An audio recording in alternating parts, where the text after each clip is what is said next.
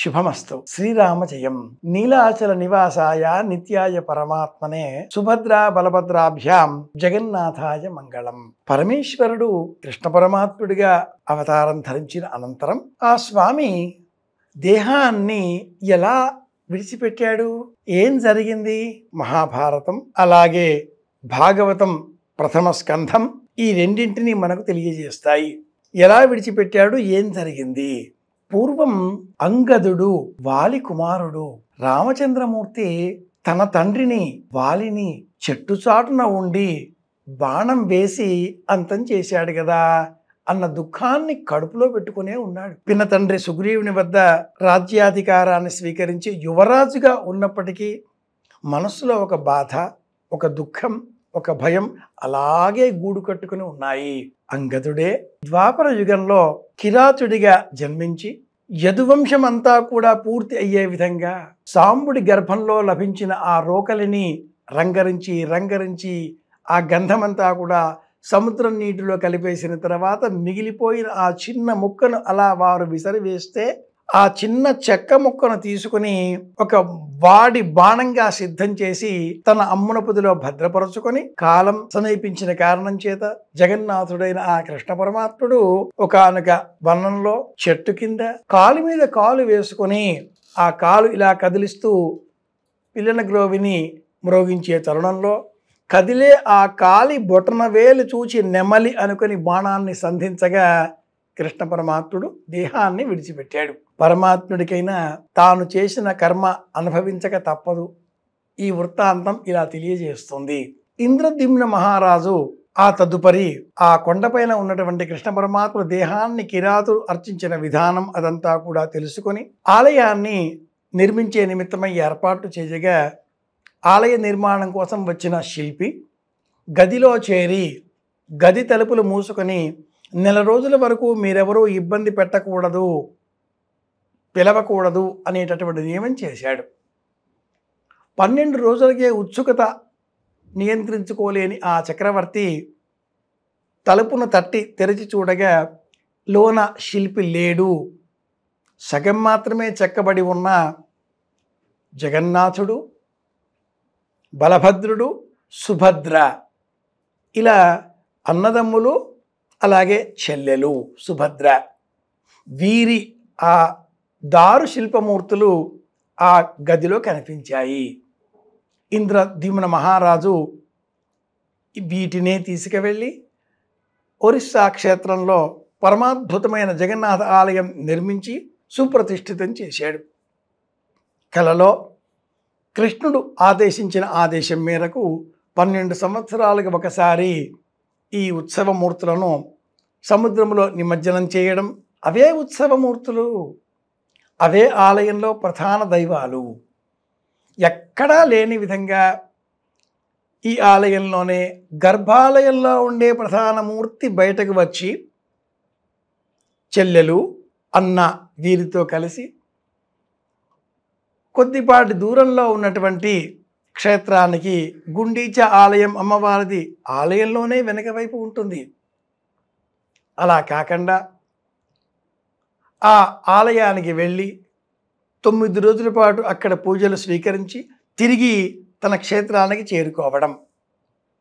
ఆలయంలో ఆ ఉత్సవం నిర్వహించే సమయంలో నందిఘోష, తాళధ్వజం, పద్మదళన ఈ 3 రథాలు అంత సులభంగా కదలవు. బంగారు చీపుళ్లతో ఊర్చినా కూడా ఆ స్థలంలో నుంచి ఆ జగన్నాథ రథయాత్రకు సంబంధించిన ఆ రథాలు కదలవు. దానితో ఆలయ నిర్వాహకులు అసభ్యమైన పదజాలంతో కూడా కొన్ని పదప్రయోగాలు చేసి ఒకరిని ఒకరు దూషించుకుంటారు. ఇది ఈ నేటికి అక్కడ పాటింపులో ఉన్న సంప్రదాయం.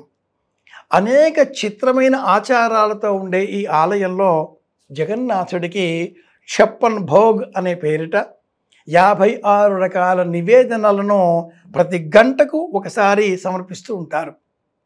స్వామికి జ్వరం వస్తుంది, కృష్ణ పరమాత్ముడికి జ్వరం వస్తుంది. ఆయుర్వేద మూలికలతో స్వామికి ఔషధ సేవనం చేసే నిమిత్తమై ఏర్పాటు చేస్తారు. చలికాలం, ఎండాకాలం, వానాకాలం ఋతుకాల ధర్మాలకు అనుసరించి స్వామికి ఆహార విహారాలలో మార్పులు చోటు చేసుకుంటాయి. ఆలయంలో స్వామి ప్రత్యక్షంగా ఉన్నాడు అనే విశ్వాసంతో ఆలయ నిర్వాహకులు ఇన్ని వేల సంవత్సరాలుగా ఆలయ ప్రతిష్టను కొనసాగించే విధంగా ఆచారాలను విధిగా పాటిస్తున్నారు.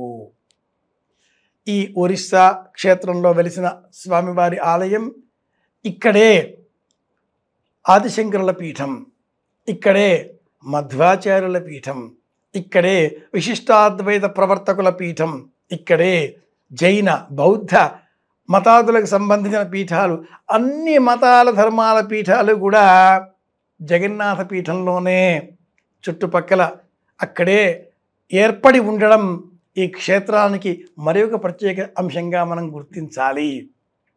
స్వామి సజీవంగా ఉండేటటువంటి దారుమూర్తి, చెక్కతో చేసినటువంటి శిల్పం, శైలి దారుమయి లౌహి లేప్య లేఖ్యాచ సైకతి మనోమయి మణిమయి ప్రతిమ అష్టవిధాస్మృత అంటూ దేవీ భాగవతం ఆలయంలో ఉండే అర్చామూర్తి 8 విధాలుగా ఉండవచ్చును అంటూ తెలియజేస్తుంది.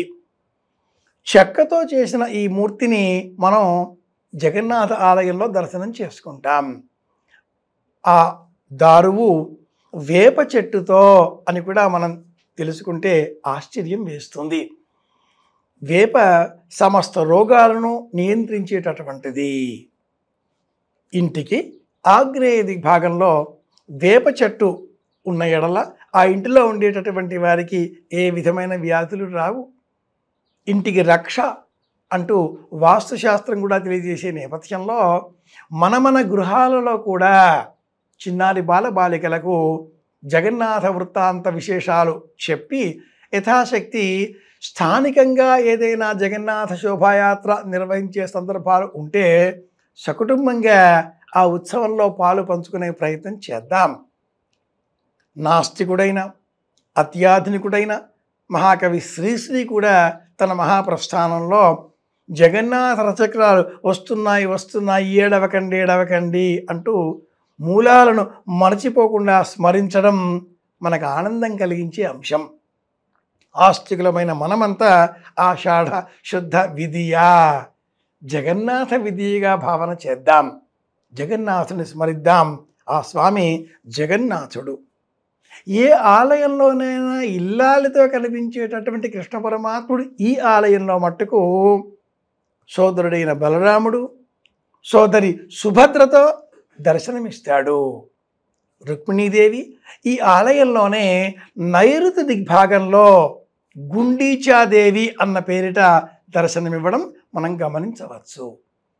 అలా బయటికి వెళ్ళి తిరిగి వచ్చే స్వామిని వెంటనే అమ్మవారు లోనికి రానివ్వదు కనుక 3 రోజుల పాటు స్వామి ఉత్సవంలోనే రథంలోనే ప్రధాన ద్వారానికి వెలుపల ప్రాధాయపడే విధంగా అమ్మవారిని స్తోత్రం చేస్తూ ఇక్కడే ఇంతటి విశేషంగా మనకు దర్శనమిస్తాడు.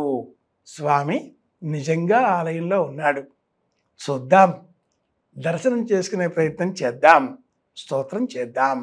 నీలాచల నివాసాయ నిత్యాయ పరమాత్మనే సుభద్ర బలభద్రాభ్యాం పుణ్యశ్లోకాయ మంగళం.